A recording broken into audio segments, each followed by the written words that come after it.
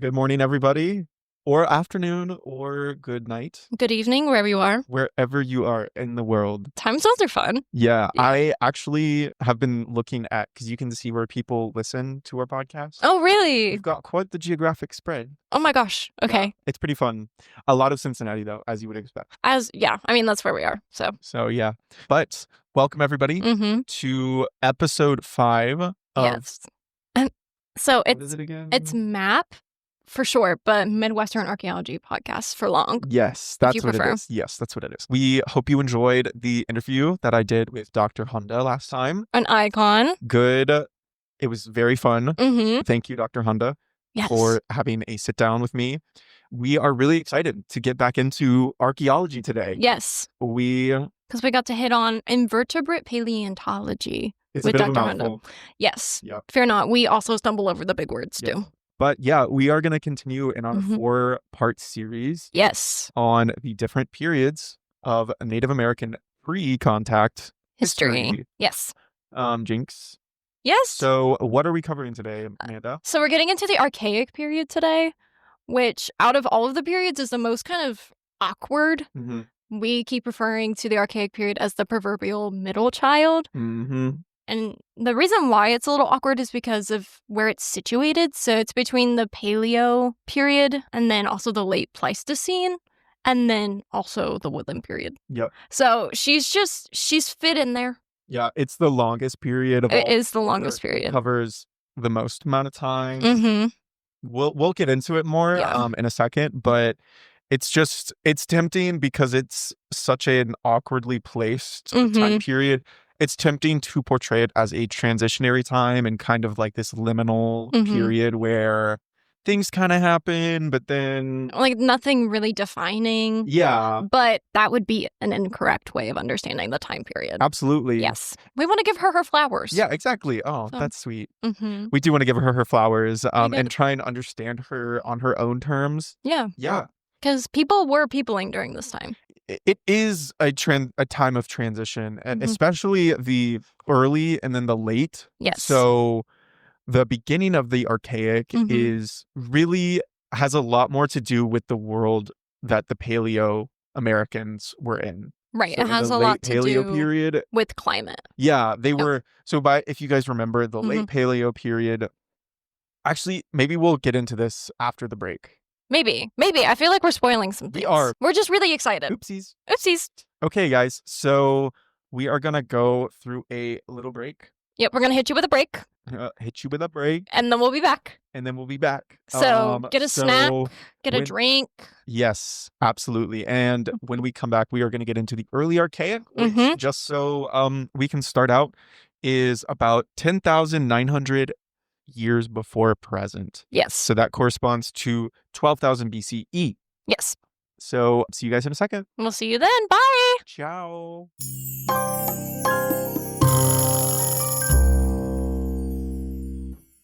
Curious about the stories buried beneath your feet? The Archaeological Research Institute, ARI, is your gateway to exploring the past right here in the Ohio River Valley. From hands-on digs to immersive exhibits and cutting-edge research, we make archaeology real. Discover the power of the past. Visit exploreari.org and start your journey today.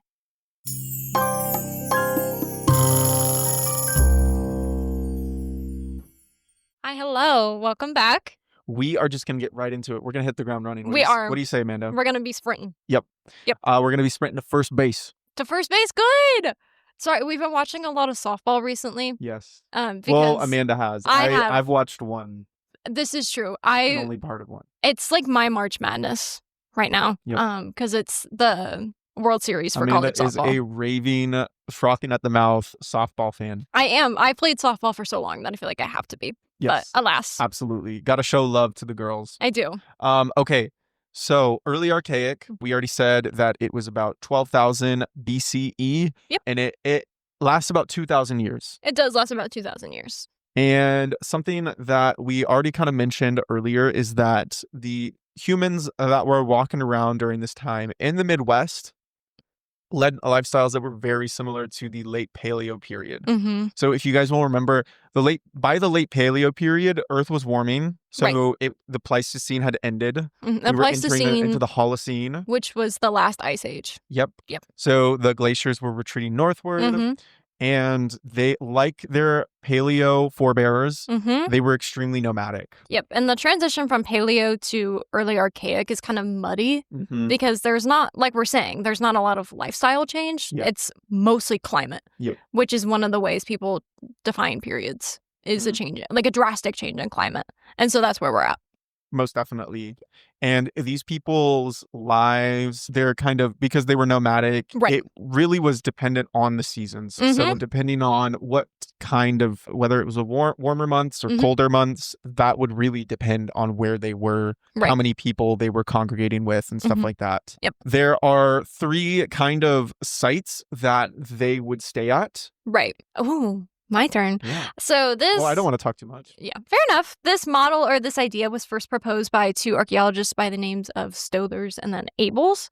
In the 90s. In the 90s, which Lee actually came across this and I thought it was really interesting. It's helpful. It is really helpful. To really like picture this. Yeah, go on. So we have 3 different kind of sites, like we had mentioned. So you have interaction centers, which is pretty much just what it sounds like. So it's people from different nomadic groups coming and meeting up and feasting and partying. But then indigenous peoples also were really good about pairing up romantic partners from different groups. Preventing inbreeding and all of that stuff, sharing genetics. That's not just something that is done in the Americas. That's kind of a worldwide thing. Humans just kind of had a notion that you can't mess up the gene pool like that. Yes, it was normally in the warmer months. Oh, correct. Good. And more like during the summer. And I've also heard like fall is when fall they would kind of congregate. Yep. So these would be sites that were known to the groups in the area. They would show up, have basically just have a good old party. A heyday. They would also bury their dead sometimes at these sites as well. Yes. So yeah. And then you also have base camps, which those are what they sound like. That's where you're living at the time. So oftentimes people would rotate between these. Like we were saying, they're doing seasonal movements, seasonal changes. So you would have your summer base camp and you would have your winter base camp. Yeah. And then sometimes there's more variation than that. But so from these base camps, they would then go off on little journeys or long journeys. Little or long, it kind of depends. So they would go to these sites that they knew where they could find certain kinds of resources. And that brings us to the 3rd kind of sites, which are called extraction camps or workshop sites. There's kind of a few different ways that you can refer to them. And they were very close to different kind of materials that they were in need of. So the biggest one, the most important one would be chert. Yep. So there were a few different places across the Midwest that they would go and travel to get. So in kind of contrast to later times where more local sites were known about, there were only a few, like kind of a handful of sites that were utilized. We've got a little list. So in Indiana, there was the Wyandotte. And then Ohio, you had Upper Mercer and Flint Ridge. Yep. And those are all different chert types. If you guys are nearby and you guys want to come visit us, we have an event on the 2nd Saturday of every month called Rock, Artifact, and Fossil ID Day, where you guys can bring in your rocks, your fossils, and your artifacts so we can ID them. Yeah. Or you can look at the displays we have. We've got a few gorgeous that we can show you. Even if you don't have anything, people do bring in some really interesting stuff. Yeah. So you are very likely to see some artifacts that you probably have never seen before. Yep. It's a pretty fun time. Yeah, we had a gentleman come in last week and he had a really rare point that's actually from the Archaic period made out of hornstone. Super cool. And he brought his dog and his dog was very nice. Oh, really? Yes. So with just going back to extraction camps, in addition to Flint and Chert, they would kind of also, they would, position themselves closer to other resources as well. So they ate a lot of nuts. A lot of nuts. So they would have roasting kind of centers. So they would collect a bunch and then they would roast them as a way of preserving the nuts. And then also, this is a little bit more rare, so we don't see these as much. There were often meat processing sites. So they had a few different deer or elk. Or other fauna. other fauna. Those would probably be the largest ones. Yeah, probably. Maybe even bear. Maybe bear. And they would just kind of all sit down and skin it and do all the other things. And process it. Yeah, and process it. So all the blood and guts. Yeah, this includes also like teeth, and then antler was also used as tool, so they would be taking antler as well. Yeah. So it's not just the meat; it's the entire animal that they're trying to use. Absolutely. So. And it should just be stressed that we're not talking about the Ice Age anymore. So that we're well out of that time. It's definitely warmer, but the population is changing. So it is getting warmer consistently throughout this time.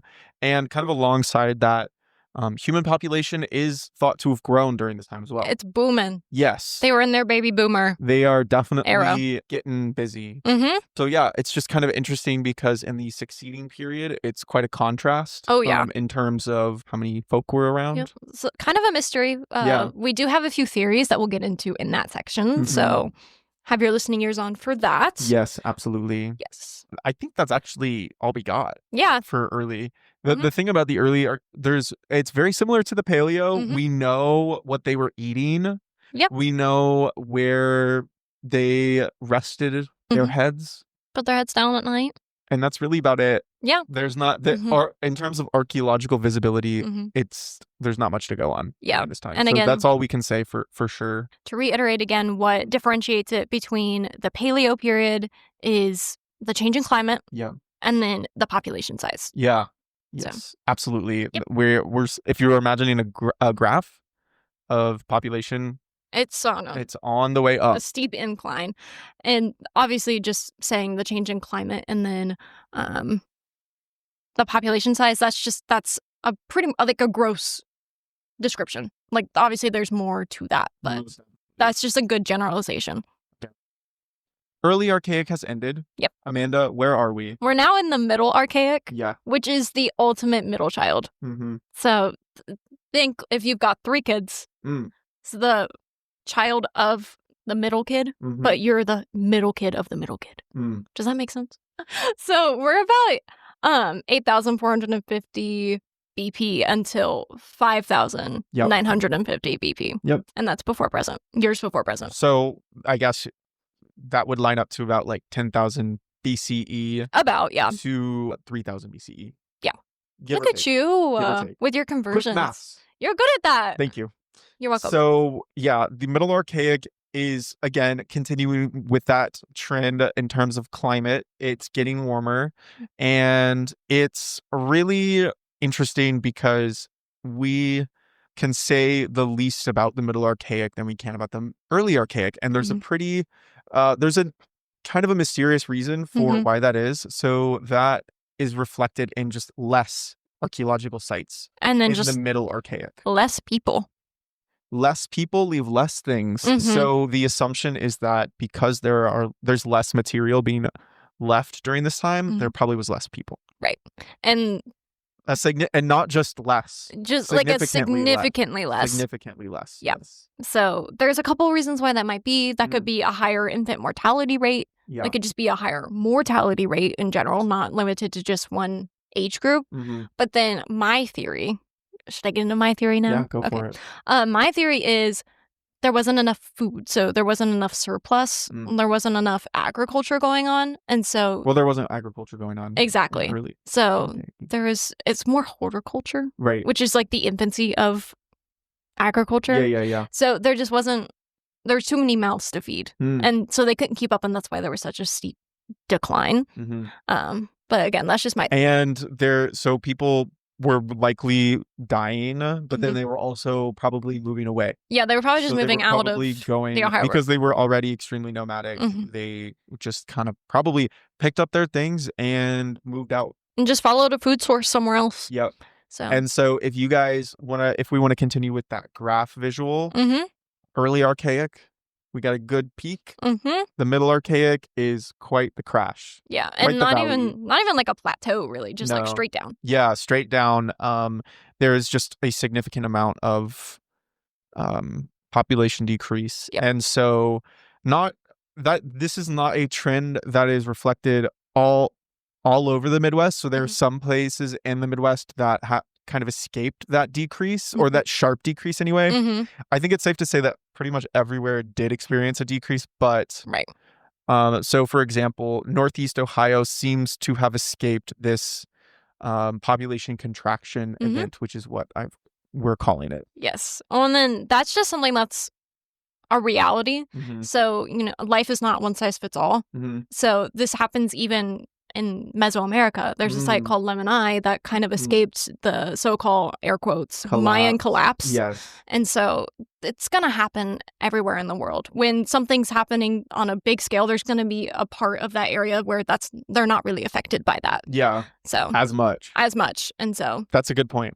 Great point, Amanda. Thank you. So with that being said, the Middle Archaic isn't just doom and gloom. There are some interesting things about it. So one of my favorite kinds of artifacts that I learned about while doing research for this episode is something called a birdstone.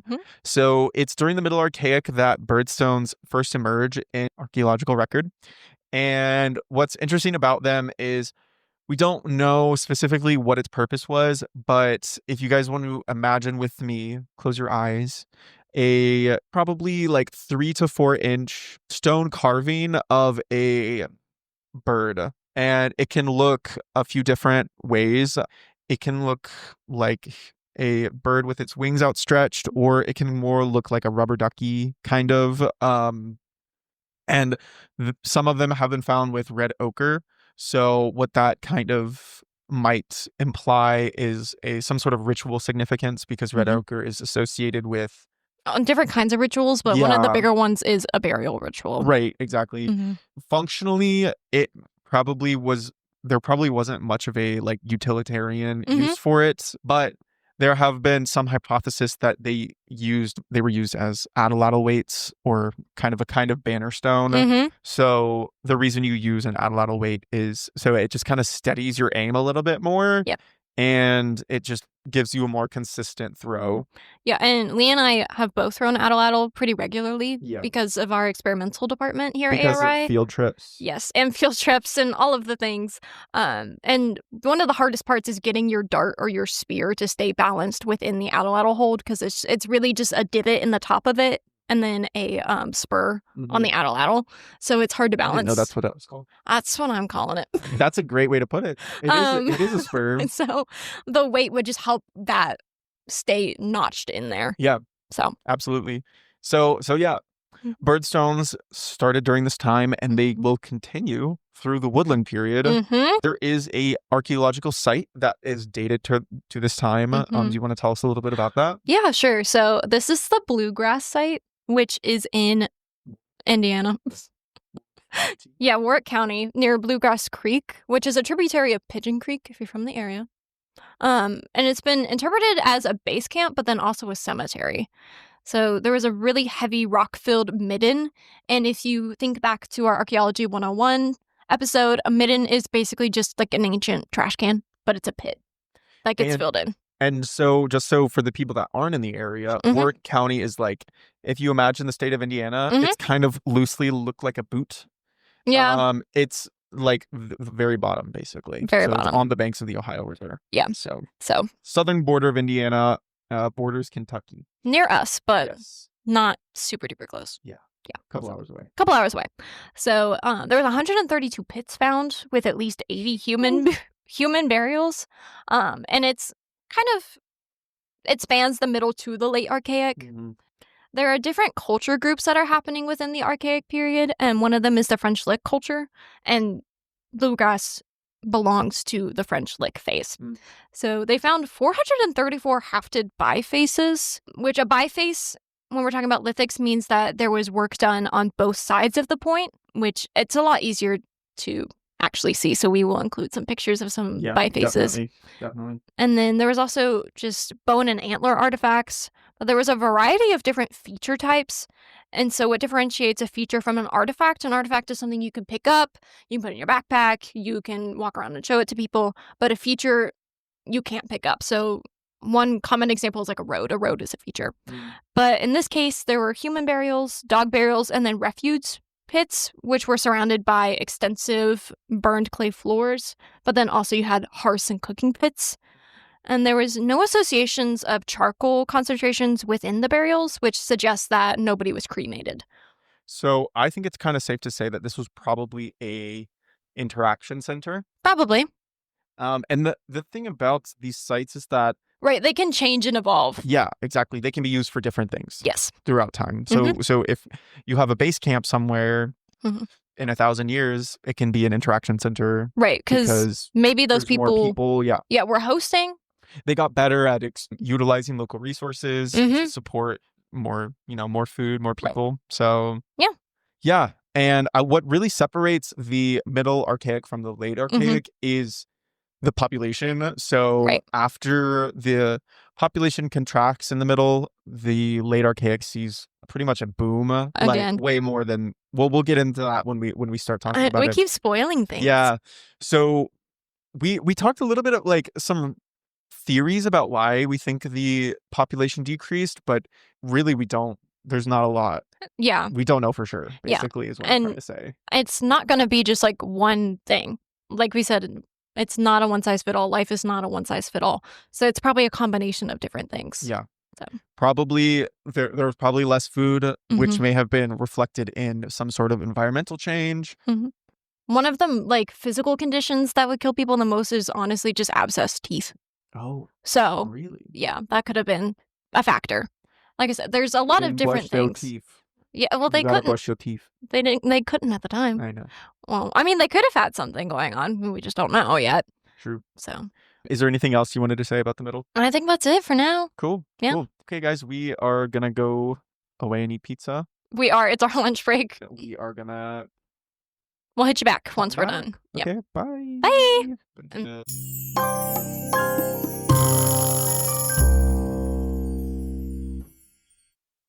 History isn't just in the books. It's in the soil, the stones, and the stories of your region.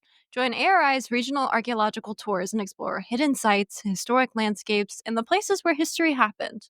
Led by real archaeologists filled with real discoveries. See the land like you've never seen it before. Check out our tour dates at exploreari.org.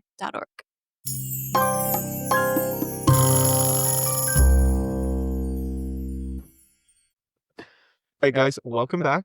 Welcome. We are post-pizza. We're post-pizza and post-Middle Archaic. Yes. So we are getting out of the very misty and hard to piece together Middle Archaic. Very mysterious. And now we are moving to the Late Archaic, which, because there was a population recovery during the Late Archaic, we have way more to say about it. We do have way more to say. And just so you guys know where we are chronologically in the world, the Late Archaic begins at 5,950 years before present, and it goes to 2,650 years before present. And so if you want to know what that is BCE, that is 3,900 BCE to about 650 BCE. You're killing it with the math. Thank you. You're welcome. Thank you. So as I already said, we have a population increase. And alongside that, what else are we seeing during this time? So archaeological assemblages are beginning to show significant regional differences, reflecting growing sedentism and parochialism. My favorite word. Yes. Parochialism just means limited in scope. Yeah. So people were kind of staying more in a localized region. And by that process, they were having their own local flavor. Yes. Yeah. So they were doing things in their own special way that might have looked a little bit different than their neighbors. Right. And so archaeological assemblages is the collection of artifacts from a site, but then it can also grow to be artifacts from a specific cultural region or just a specific geographical region. And we as archaeologists and then other people who are wanting to do something called cross-cultural comparison, that's what they use to put together their thoughts. Yes. Absolutely. And so it's pretty common, specifically from what I've seen in the classics, so ancient Greece, ancient Rome, mostly because they were just so heavily tied together that people use the artifacts to compare and tease out what was different. And that happens everywhere in the world. That happens everywhere in archaeology. But that's where I was seeing it the most during school. So. Awesome. That was a great explanation. Thank you. And so, alongside these kind of regional flares, we are also seeing the emergence of cultural innovations and technological innovations. So, when it came to technology, this is where we actually see the first emergence of ceramics and other kinds of containers. So, before, when you're nomadic, you're moving around a lot, you don't have a lot of use for a really brittle material like pottery. Right. So that would break really easily. And there goes your lunch, there goes your water. And yeah. And people during this time were all about least cost path. Yeah. Or just least cost. Yeah. Generally. And Makes so, sense. like Lee was saying, it doesn't make sense to have this brittle thing with you while you're traveling around. And we mentioned earlier, I think in an earlier episode, how there was metal in the Great Lakes era, there was copper. And there's a reason why indigenous peoples in that area didn't have a Bronze Age. And that's because the metal was harder to work with. Metallurgy is a lot harder than just making a stone tool. Most definitely. So when ceramics do pop up, they pop up around 4,500 years before present. So about the middle of the late Archaic. And despite the fact that pottery was present at some of these sites, there's not much of it. And that just kind of goes to show you that they knew how to make pottery, but they still didn't have much reason to really invest in this technology. Right. Because really, when pottery becomes really important is when you invest more in like agricultural practices. So when you're trying to store your surplus goodies, yes, that's when you need things like pottery and stuff like that. Yep, and pottery's easier to make at that time because if you have less people dedicated on making food for everybody, then you have people who are able to dedicate their time to making pottery. And that's a rise in social complexity or social stratification, which is just different levels of people in a society. Yeah, absolutely. And so pottery actually used to be the boundary between the Archaic and the Woodland period. So when pottery emerges was when archaeologists was like, oh, okay, the Archaic ends and now the Woodland begins. Right. That was that boundary. But basically, the more work that archaeologists had done, the more they realized like, oh, wait, they actually did know how to use pottery. They just didn't make that much of it. Right. It was just much more limited in scope. Yeah, much more limited in scope. And the presence of more pottery in the southeast of the Midwest actually might reflect where the technology first entered the region. So we think that it may have started somewhere in the south and just kind of moved up. And there's actually a lot of things I was coming across doing research that started in the south and just made its way up north. And I thought that was interesting. Yeah, really interesting. And so aside from ceramics, aside from pottery, there is another kind of cultural innovation among many during this time. So mortuary ceremonialism. So that just describes how people are burying their dead. Yeah, it's just burial rituals. Which has always been important as far back as humans have been around. Right, there were burials during Paleo period. During Paleo period, but then also Neanderthals were also burying their dead. Absolutely. So, but there's just more complexity. There's just more sophisticated. There's extra steps. Yeah. And we're starting to see also cremations as well. So. And there is also innovations in terms of where settlements are and how long that they were actually utilized for. Yes. So mostly people were still nomadic, but we do start to see examples where people are experimenting, kind of what we were saying, sedentism and parochialism. Right. And one of those sites, if you guys are curious to learn about it, is DuPont Village site. So that's thought to be a year-round permanent site. With gastropods as well, which are fossils. Yeah, love a good gastropod. Which are archaeologists don't study fossils, but fossils do show up at sites. So. And Amanda, there is another really important thing that shows up in the Archaic. Yes. And can you tell us about it? So I was doing a lot of research on sites along the Green River in Kentucky, and there is a whole little sub branch, if you will, if that's the most correct way to describe it, of archaeology focused on the Kentucky shell middens. Yeah. And so we've talked about what a midden is. A midden is a trash pit. These middens were specifically just full of mussel shell. Yep. So you have to have a bunch of people for the midden to be of this size.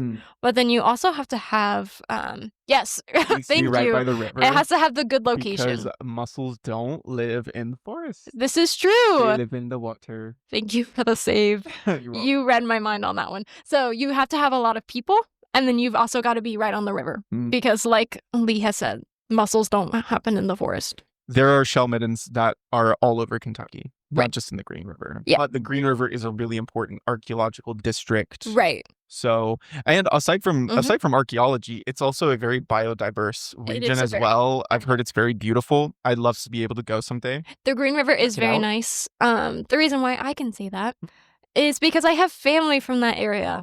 Yeah, I have family in Bowling Green.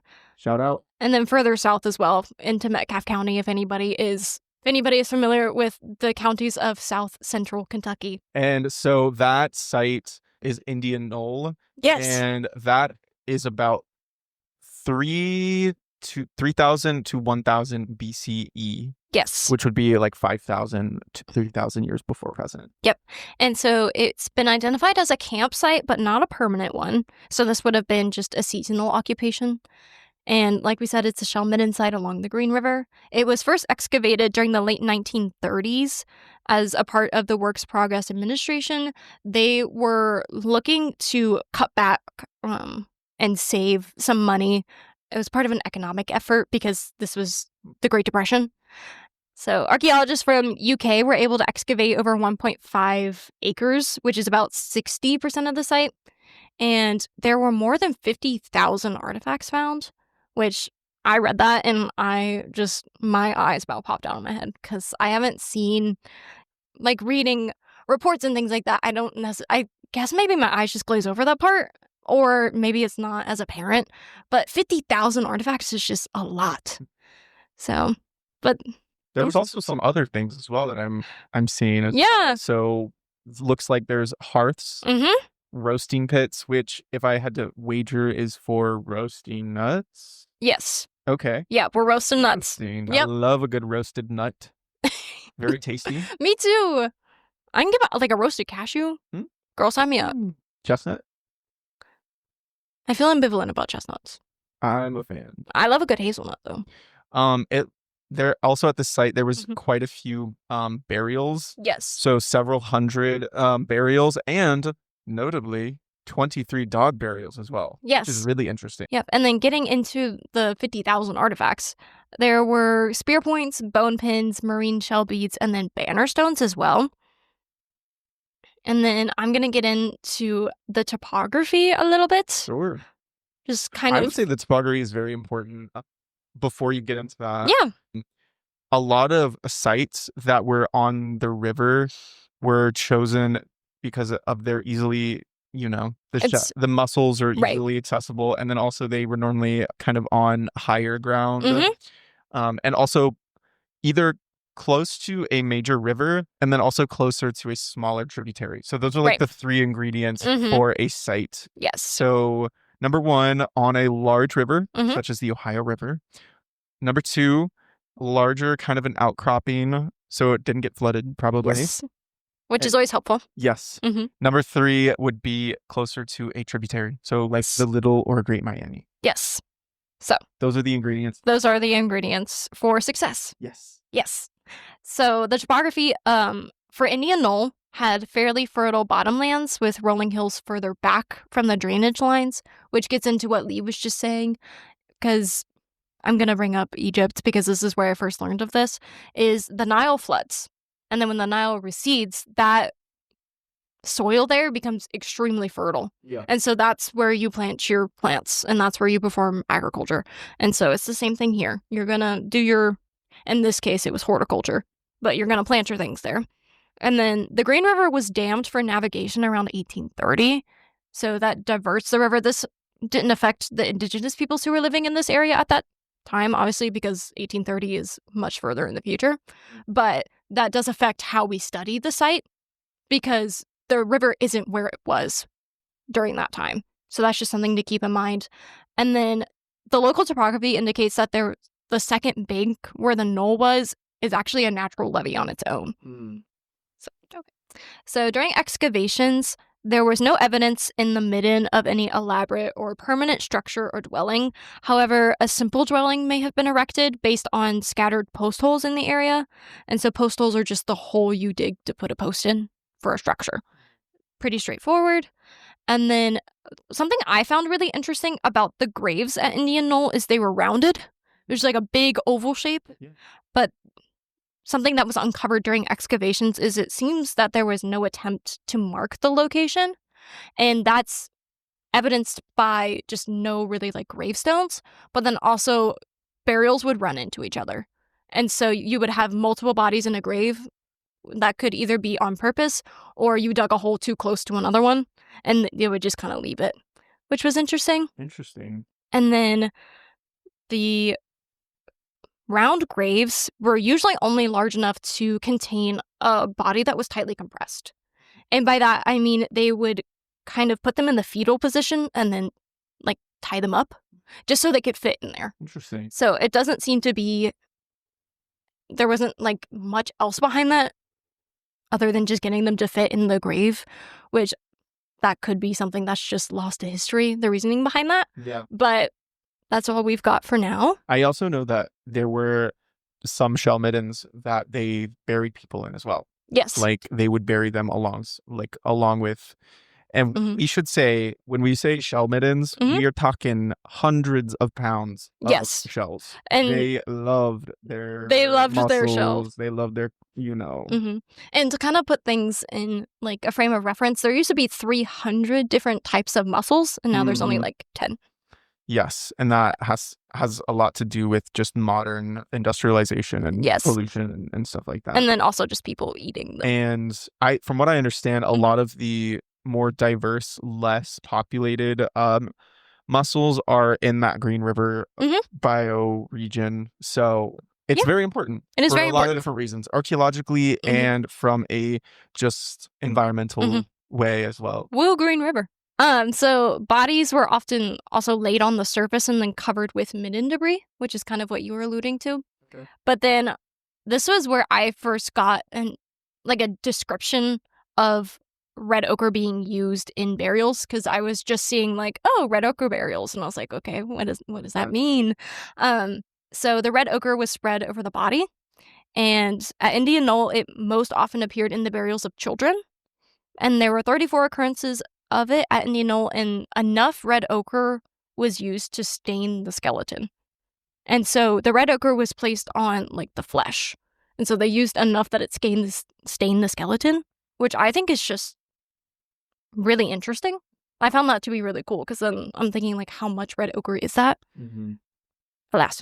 And burials often did not have artifacts, and if there were artifacts, it was beads made out of the shell, and there was no evidence of pottery at Indian Knoll that I saw. Interesting. Well, that just goes to what we were reading, that pottery wasn't that widespread of a technology. But I guess kind of moving outside of that, was just a close-up view of one of the really interesting sites that really date toward this period. And there are a ton of other shell midden sites. Yes, there are so many. This is like the heyday of those shell midden sites, and the archaeology community. These are pretty famous. Yep. So, and when I was doing my research on Indian Knoll, they were referencing other shell midden sites. So if you're curious, you can start with Indian Knoll, and then you can look and see what other sites people are referencing, and then go from there. Absolutely. So that kind of like moving away from Indian Knoll, we get to just there's another term that we call the terminal late Archaic, and this is just another sub-period of a sub-period. Yeah. It just describes the very end of the Archaic, and it's really during this time that we see a lot of the beginning of a lot of trends that would continue on into the woodland. Yes. So one of those things that Amanda has been alluding to quite often is horticulture. And this is really the beginning of something that we refer to as the Eastern Agricultural Complex. Or just the EAC for short. It's a term that just describes the geographic spread of certain native plants which were intentionally cultivated for consumption. So a few of these would be squash, sunflower. Most importantly, something that was not there was maize. Yes. Maize is a kind of a latecomer when it comes to the plants that we find. So the three sisters that some of you guys may have heard of, wasn't quite there yet. We don't see maize until the Fore Ancient period. Yes. Well, the Fore Ancient culture, excuse me. So most definitely. Which is 800 to 1,000 years ago. So just kind of in conclusion, wrapping up, we see in the late Archaic, we see more people, we see the emergence of ceramics, you see more burial practices, which could reflect greater innovations with religious beliefs, cultural beliefs, ceremonial beliefs, and all of that stuff. We're starting to see regionalism in culture groups. Yep. Which is essentially what you just said. Yep. But absolutely. So actually, that wraps up. Yeah, we're done. Episode. So again, the Archaic is kind of an interesting period because of its. She's a little awkward. Yeah. But that's okay. Awkward. So sometimes we just take a second to understand ourselves, and that's okay. It's a long period of change in lifestyle and just subsistence strategies across the Midwest. As we already said at the beginning, the period began with people living very similarly to the Paleo period, and it ended with groups having almost all of the characteristics of burgeoning sedentism and horticulture. Yes. And so, is there anything else you want to say before we end out? I think what makes the Archaic unique is that the change is just much more subtle. And we saw the changes from, obviously the beginning of the Paleo is just the arrival of people, and that's a pretty big change. Yeah. And then when we get into our later periods, the changes are more apparent.